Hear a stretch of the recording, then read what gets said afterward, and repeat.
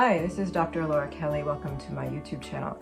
Here we're going to explore some of the major mechanisms in understanding your health and how you can manage your own health care from a standpoint of the major issues that are impacting Americans today. So I think we're going to start with blood sugar and insulin resistance and diabetes because this is impacting such a huge number of Americans. The American Diabetes Association says that 80 to 90% of this is preventable from a type 2 standpoint, type 2 diabetes being the acquired lifestyle version in most cases. This is what they're speaking about. 80 to 90% of this is preventable or reversible through proper diet and, of course, exercise. So this is something that can absolutely be managed by you in your self-care. I know that there are new drugs on the market that are going to help you address this. There are a lot of problems with those drugs, as I'm sure you understand. So this is again talking about the mechanism and then how you can understand how to manage your own blood sugar. So the mechanism by which this actually begins is called insulin resistance, and this is where the problem starts. As we eat, the body releases, the pancreatic beta cells release insulin, and the insulin knocks on the wall of the cell and says, hey, let in the food. This is vital, right? This is how we make energy. This is all of our energy is made within each and every cell.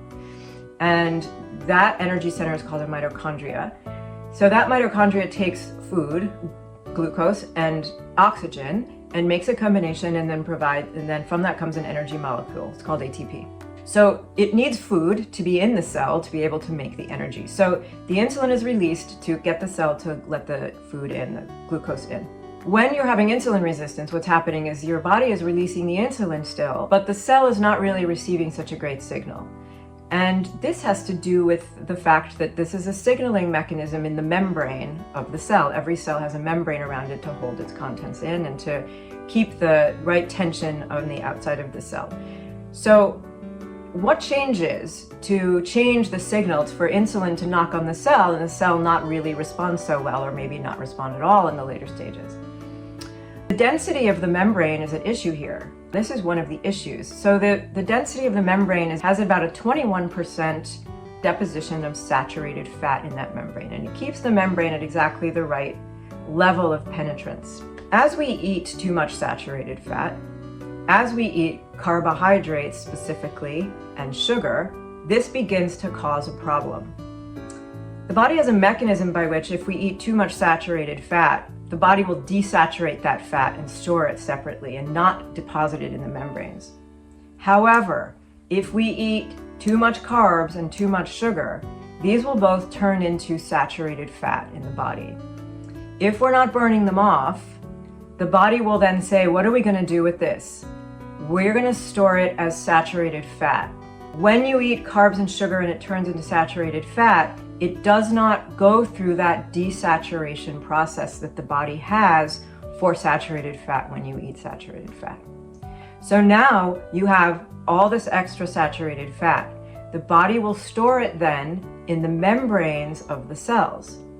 And what's seen in people who are going through this process of insulin resistance and moving towards diabetes is that the membranes of the cells are now storing that extra saturated fat, and the density of saturated fat within those cell membranes reaches 30 or 33%. I can't remember exactly, it's around 30. And this is a very big difference when you're talking about the density of the cell membrane. And so now you have an impeded communication cycle. When the insulin is trying to get to the cell, there's an impedance from the density, the changed density of this membrane. So there are other factors involved in this, of course, but this isn't an easy way to understand it, and this is big part of the problem, is the consumption of carbs and sugar turning into saturated fat, and the body then having no choice but to store them in that cell membrane. So you can eat carbs and sugar if you want to, as long as you burn them off and your body doesn't turn them into saturated fat. So this process is really the beginning of insulin resistance. And then you have more insulin resistance if you don't address the issue. The body will continue to release insulin. Then the beta cells that are releasing the insulin will get tired because they have to release more and more and more insulin to try and get that communication happening to the inside of the cell. And eventually the beta cells become exhausted and they stop producing insulin, and that's when you need to go on insulin. So this is really very closely related to carbs, sugar, and exercise, right? So this means watching your carbs and sugar, especially if you're not exercising. If you are exercising, making sure that your carbs and sugars stay within the limit of what's usable by your own body. Your body, each person's going to have a different level of that based on how much muscle they have. So this comes back down again, which ties in the muscle aspect of how very, very, very important it is, especially as we age. Insulin resistance and blood sugar issues rise as we age, as all chronic disease risk rises as we age. So having a good amount of muscle going into middle age is vitally important. And this is going to help mitigate that insulin resistance issue as well.